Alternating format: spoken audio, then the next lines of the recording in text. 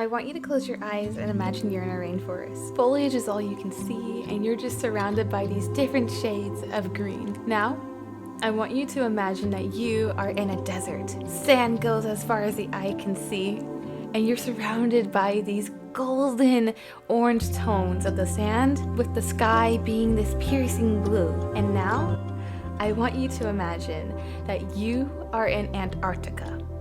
The ice is this piercing white with the deep, rich blue of the ocean to contrast with it. Now I want you to open your eyes and reflect on how these different environments make you feel. Maybe the greens in the rainforest make you feel at peace, and maybe the orange and golden rich tones of the desert gives you this sense of warmth, and maybe those icy whites with those tones of blue of Antarctica give you this feeling of coolness. Color plays a huge role on our moods, on the way that we communicate in society, and on the way that we can communicate through art.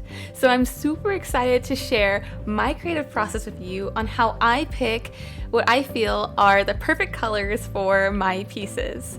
But if you're new here, hi, my name is Sid. I am a digital artist. I've been using Procreate for 6 years now, and this is video 2 on my creative process. In this series, we go through planning, sketching, how I render, and how I basically get pieces ready for print, skateboard decks, and make hoodies and other merch with them as well. So if that's something that you're really interested in, I'm super excited to have you here. In this video, we're going to be talking everything color, so buckle up because there's a lot that we need to cover. So, why is color so important anyway? Well, imagine walking into a room that's painted. Floors, walls, ceilings, and all. And it is yellow, completely yellow. Now blue. Now red. How about purple? Orange? Color plays a huge role on our moods. And if you think about it, it's why what color you paint your room matters so much. Maybe you don't want an intense red room because it will make you feel that intensity. You might go for a more cool tone, like green or blue or even a gray. Color also plays a role in the way that we pick products or how we feel about products. It plays a role in what we find important. Usually signs that are yellow and red give us a more sense of urgency. Future Sid here, I wanted to come back and mention really quick that color has played a huge role in history as well. With red being one of the first colors being made for dyes and paintings, this color was quickly associated with wealth, war, and power. And one of the most common examples of color having meaning is probably purple. In ancient Egyptian and Roman and Persian times, this color was associated with royalty because of how hard it was to make. And so with that being said, this is not just beginning now or 100 years ago, but we're talking about thousands of years of color just being a part of our lives and our ancestral history. And I think that's super duper cool. And I just thought it would be awesome to mention that. And now, imagine the impact that color can have when we use it in our art in an impactful and meaningful way. Take Van Gogh's Starry Night, for example. Van Gogh uses deep blues with these pops of yellow in his piece, giving us a sense of quietness, sereneness, and obviously nightness. And Edvard Munch, The Scream, his piece gives us a sense of intensity with his warm, sharp reds and yellows and oranges. So when we use colors in our pieces, knowing when to use a certain color and when not to use a certain color to convey a certain message can be super important into how our audience feels about our work and even how we feel about our work. So now that we discussed the importance of color, let's talk about some basic color theory. So first up, we have primary colors. These colors cannot be made by mixing any other color, and these colors are red, blue, and yellow. Then we have secondary colors. These colors are mixed by mixing the primary colors, which would mean purple, green, and orange, with purple being a mix of red and blue, orange being a mix of red and yellow, and green being a mix of blue and yellow. Then we have tertiary colors, which are those secondary colors with a little bit more of those primary colors in there. Let's say red-orange, which has a little bit more red than yellow to create this red-orange. Or blue-green, which has more blue than yellow to make that blue-green. And so on. Now that we have that out the way, I want to briefly talk about some color schemes that can help you achieve color harmony. First up is monochromatic. A monochromatic scheme is pretty much when you are using just one color for your entire piece. Let's say that this color is red. But instead of using the same shade of red, maybe you are mixing either white, black, or gray into that. And so now you have all these different shades of red with varying intensities. Next up, we have an analogous color scheme. An analogous color scheme is a pretty fun color scheme. It's basically when you use colors that are right next to each other on the color wheel. For instance, green, blue-green, and blue. Those are all next to each other on the color scheme and can create such a captivating palette. Next up is complementary. A complementary color scheme includes colors that are directly across from each other on the color wheel. A good example of this would be purple and yellow. And then there is split complementary. Just like complementary, it includes colors that are directly across each other from the color wheel. But instead of it being purple and yellow, it would be purple and yellow green and yellow orange. I also found this website called copic.2.com that explains it really well, so I'll include that in the description and a little photo here so you can understand what I'm talking about. The last one I'm going to be talking to you about today is going to be the triadic color scheme, and this is my favorite. It is pretty much colors that are equally distant on the color wheel, but if you connect them together, they create a triangle. And the simplest example of this would be yellow, blue, and red, the primary colors.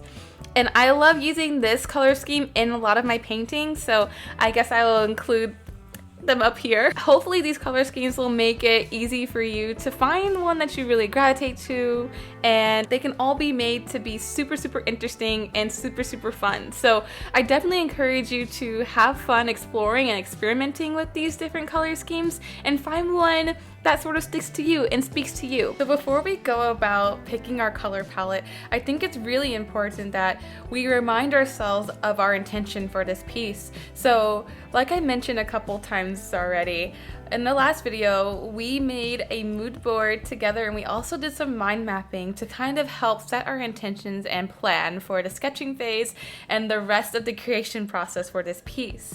So I encourage you to revisit that and come up with a word that sort of defines the feeling or the message that you want to convey through your colors for your color palette. So for me, my piece is on Gemini, and so my biggest goal is to showcase twins, but showcase contrast between the two.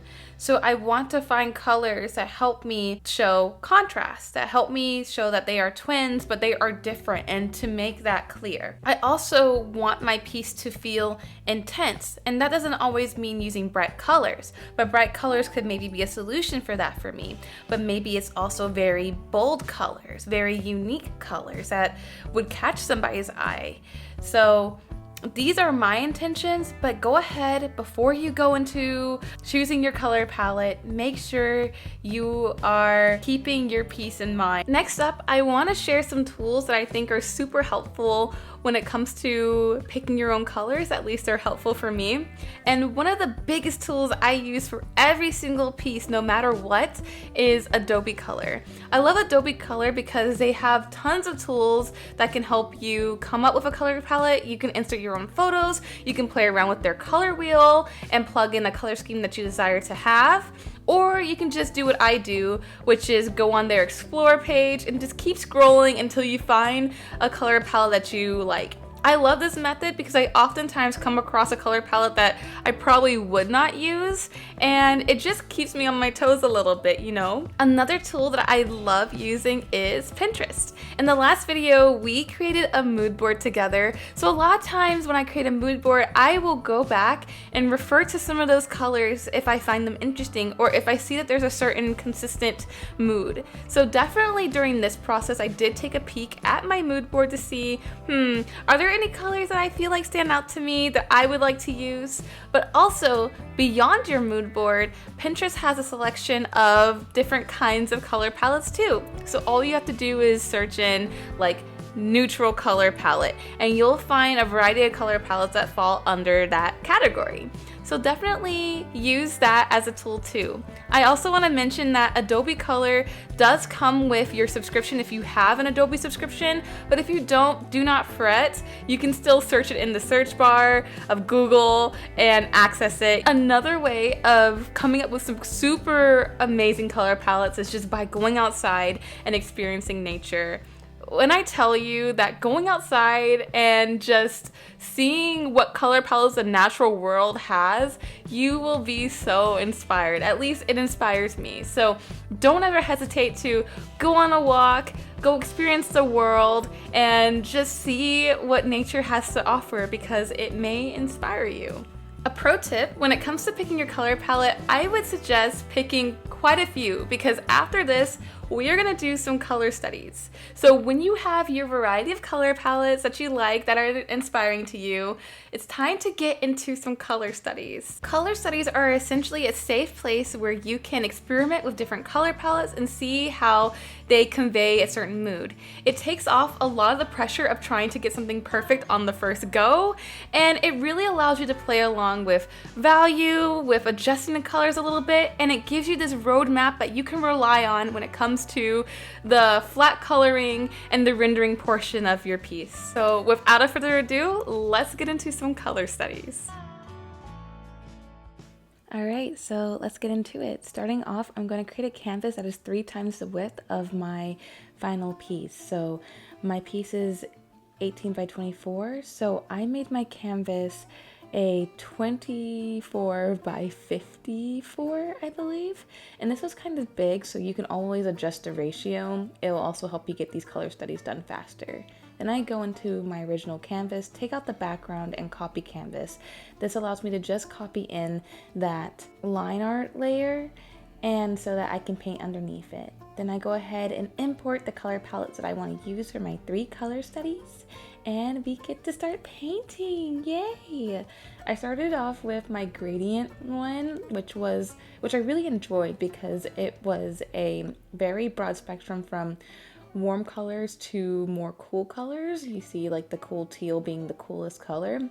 And I felt like this color palette would be really, really cool to show the contrast that I'm looking for within this Gemini piece. So I decided to make one person cooler and one person warmer, but then the accents that I gave the cooler toned person were warmer toned, and then the accents that I gave the warmer toned person was cooler toned, and it was super fun. So here I am just color picking from the actual color palette and just adding it to my piece slowly but surely. And I'm not worried about being too neat. This is just very experimental, so I can just see what I like and enjoy the process a little bit, because the point of color studies is to take the edge off. Instead of working on your final piece and flipping through colors, this just makes it a lot more fun and therapeutic to just play with colors and see what I like and experiment and just see the piece evolve slowly but surely.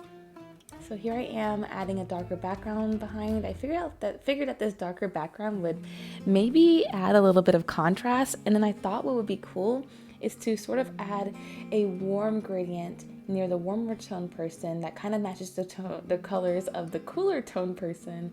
And then on the other side, I added a cooler tone sunset gradient, which I thought was really, really cool and striking and creative. And I really enjoyed this process. So if you're doing this along with me, which I hope you are, but if you're just watching and enjoying the ride, then that's cool too. But if you're doing this along with me, just don't be afraid to try new things. Don't be afraid to start over. Don't be afraid to paint over certain colors.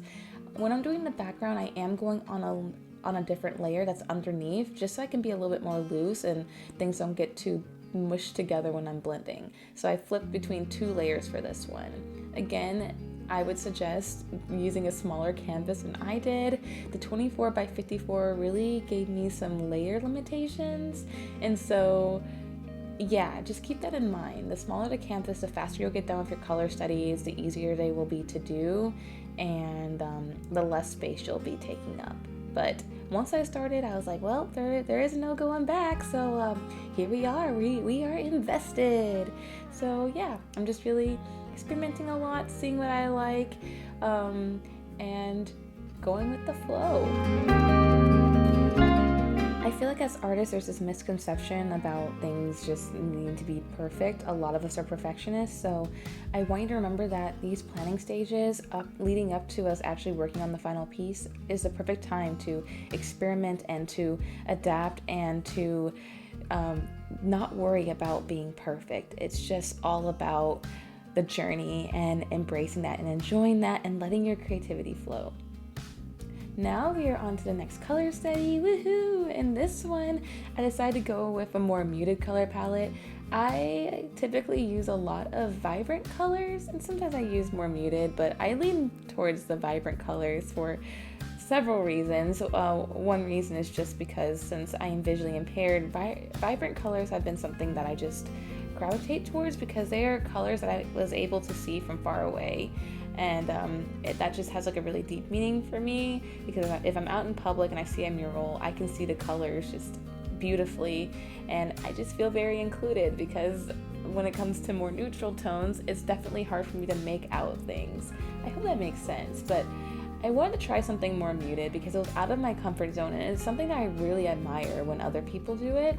And so in this case, I was doing the same thing I kind of did in the other one, and throughout all these color studies, actually this is going to be a constant theme, where I did a cooler tone person and a warmer tone person. I felt like this was the easiest way for me to symbolize their differences through color, was either adding warmer cool or darker light to them to give them that contrast that they look similar but they are different. And maybe there were some other ways I could think outside the box, but I like the way that I played with color in this one. I felt like it was out of my comfort zone but super duper fun, and I think that in the end this color study came out really, really beautifully. So yeah, so again, I'm just playing around. I'm not afraid to just mess up or to just, see what sticks. It's all about throwing spaghetti at the wall and seeing what sticks. And a really cool tip that my professor at school once gave me when I first started using Adobe Color as a tool was to not be afraid to adjust the hue, well, not the hue, but adjust the tone and saturation of the color that I'm using on the color palette, because it will still work. The idea is that the colors on the color palette will work whether you adjust them and make them more saturated, less saturated, darker, lighter. So just not being afraid to make everything your own is the key. So when I'm using these color palettes, I am really just referring to them, but letting my creativity run free. I don't use them as a way to have boundaries. I feel like when I was first starting out, I was drawn to those limited color palettes where I would kind of just stick to the colors I was given. But slowly, as I've gotten more comfortable with color and expressing myself through color and in this way, I have been less afraid of just experimenting and seeing what I like and just doing whatever comes to mind, because you just never know until you try. So early in the video, you may recall me talking about color, like basic color theory, color harmony, and things like that. And the reason why I was bringing that up was because I think if you're just starting out with maybe adding color to your pieces, or even if you just want to revisit basic color theory, I think it's really important to know, number one, why certain colors work together, and number two, if you're just starting out, it's good to at least have a good base of where you can start. Like, okay, I can just start with an analogous color scheme and go from there. And knowing basic color theory also really does help when it comes to problem solving. Everything about art is like a puzzle. As you can see throughout this entire color study, I am just problem solving. I'm thinking, wow, this lavender is too dark. Let me get a lighter color. Okay, it's too saturated. Let me get a more dull color, right? And I'm just playing around and seeing what works, because it's all a puzzle and it's all experimental. And so when you know color harmony and color theory, you're able to solve those problems with a little bit more ease. It may not be easy all the time. There might be some tough moments, but at least you have something to fall back on. So I hope that the basic information that I gave you at the beginning is just helpful for you to just start, and that there are just things that you can keep in your pocket just in case you need it. It's super exciting to see this piece sort of come together. Even though I'm still experimenting with the colors here, I can tell in this piece that it's giving a little bit of an Art Nouveau type of vibe compared to the first color study, where it's definitely more intense, more saturated, more in your face. This color study is giving more elegant, more subtle, almost like it could be a tapestry of some sort. What do you think about it? I think it looks really, really interesting, and maybe again I'm just fascinated with it because it's completely out of my wheelhouse, and I think it's easy to stay in your comfort zone sometimes, at least for me it is. So to see something sort of working out that isn't in my comfort zone was really, really, really, really cool and really, really inspiring. So yeah, as you can see, I am changing the clouds to this green color. Like, what'd you call this? A sea foam? Almost like a mint color. And I feel like it really popped beautifully with her rusty pants. Okay, now we're on to the next color study. The final one, the final boss. And I decided to go with more darker skin for both of them.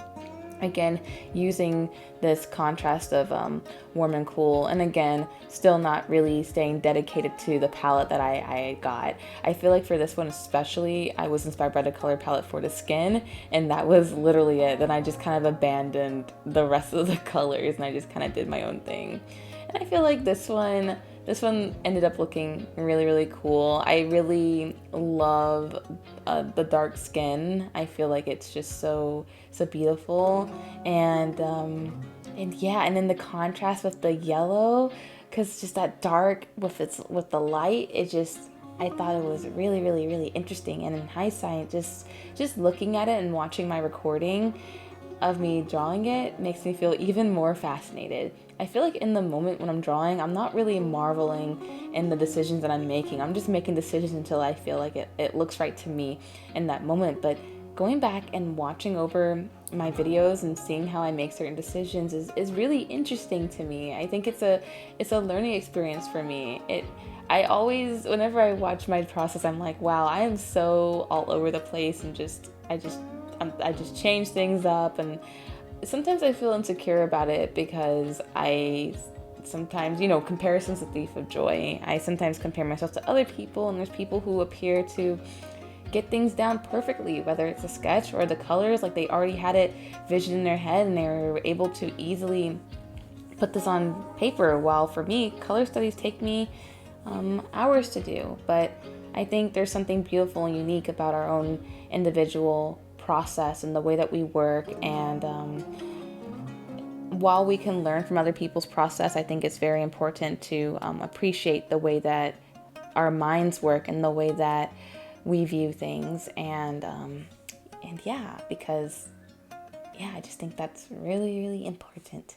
But here I am just playing around, and I guess I'll let you just chill out and listen to some music, and I'll just come back when I got more to say.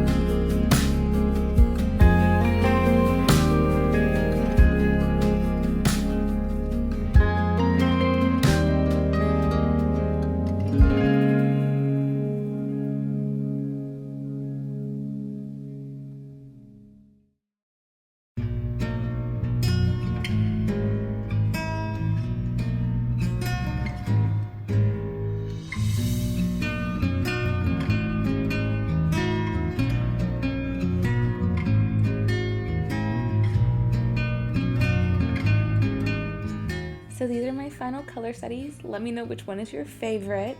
And now I'm just taking a minute to stretch. This is a reminder to move your body, girl.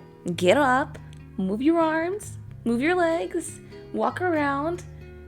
In this case, I was drawing for over an hour, and so it was definitely much needed. Just a break in general, I needed a break. So now I'm getting back to it, and I wanted to show you a really cool tip.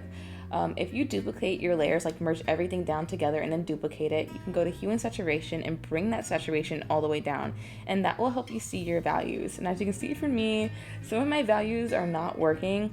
Like, none of them are exactly perfect, but this is really great for me to keep in mind when I go into the rendering phase. So I know which places to darken and to add contrast. You can also do this however you want to. You can do it before you start rendering, but for me, I'm living on the edge, and an artist does what she wants. All right, so I asked you guys on Instagram which one was your favorite, and you guys chose the first one, so that's the one I'm going with.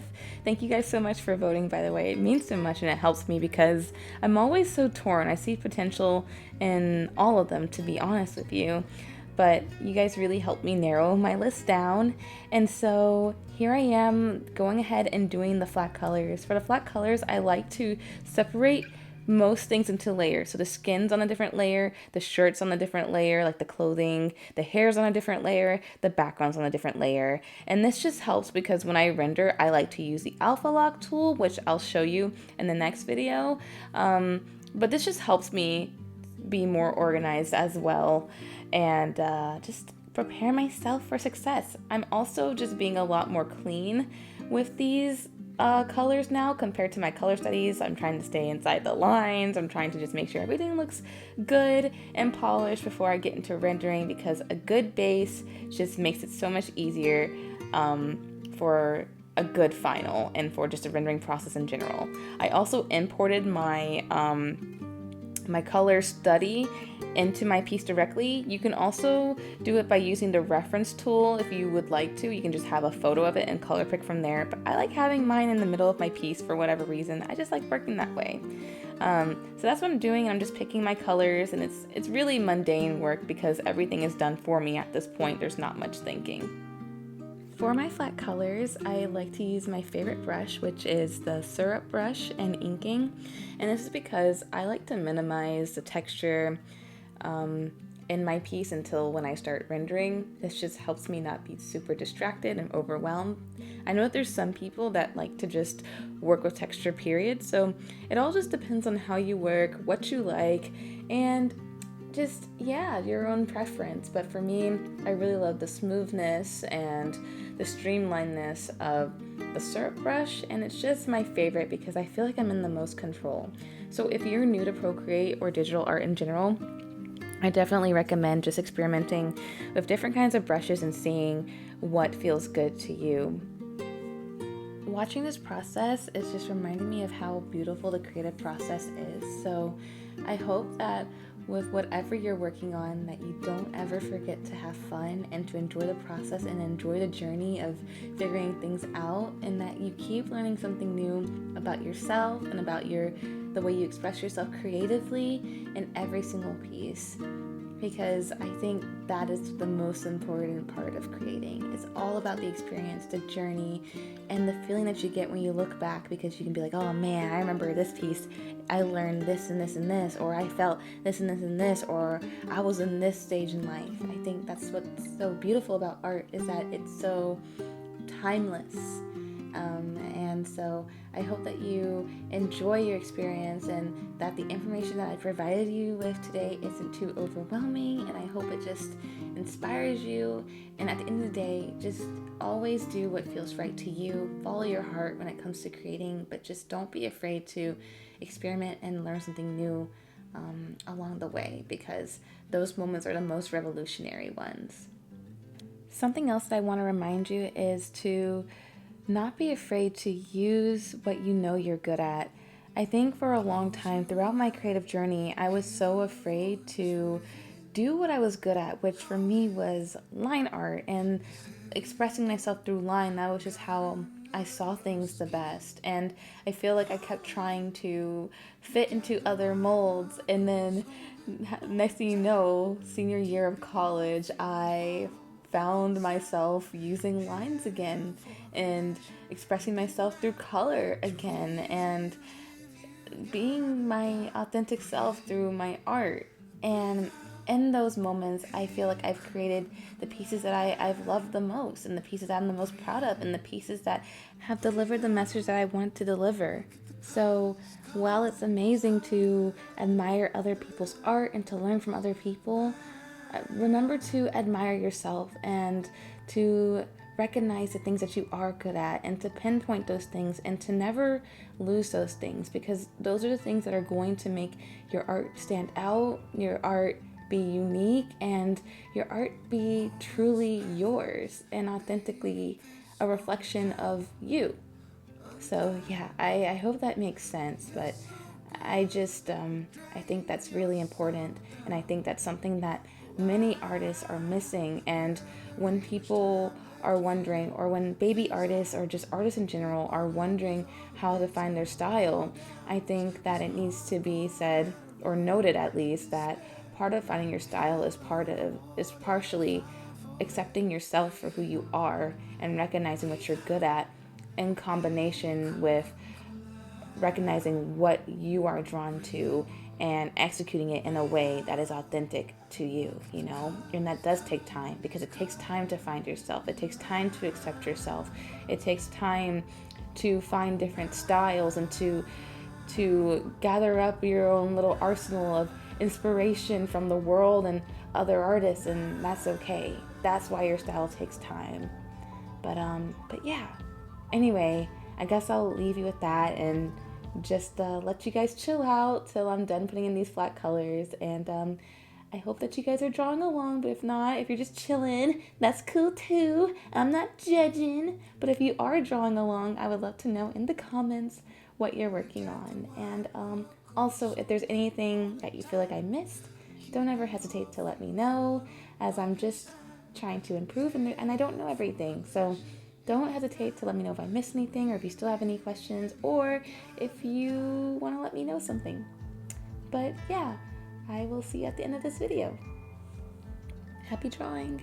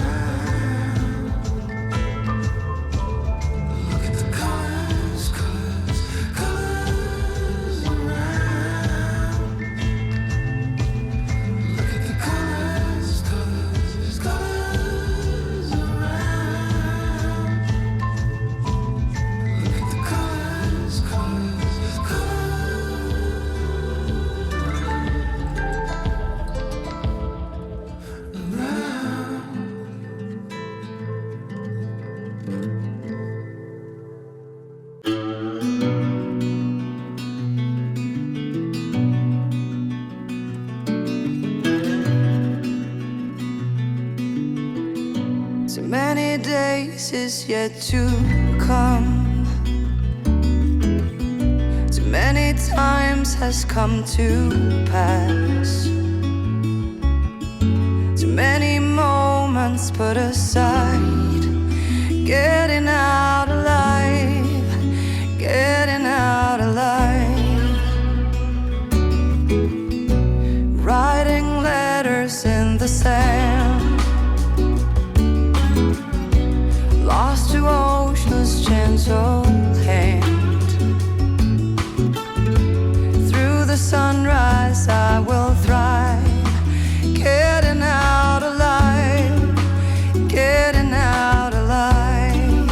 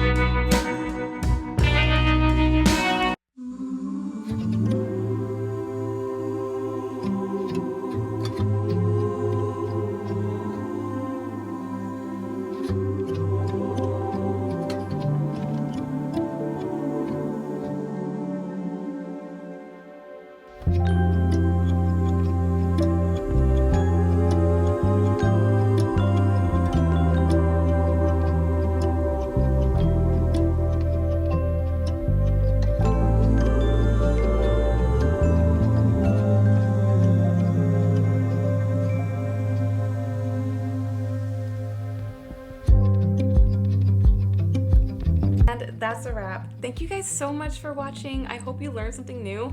And if you have any art tips, feel free to leave them down in the comments below. This is a safe space where we can all just learn from each other. Or if there's anything that I missed, don't hesitate to just let me know. And until then, I can't wait to see you in the next video where we go over rendering and my tips and tricks and how I render and finalize my pieces. So with that being said, I'll see you then. Bye!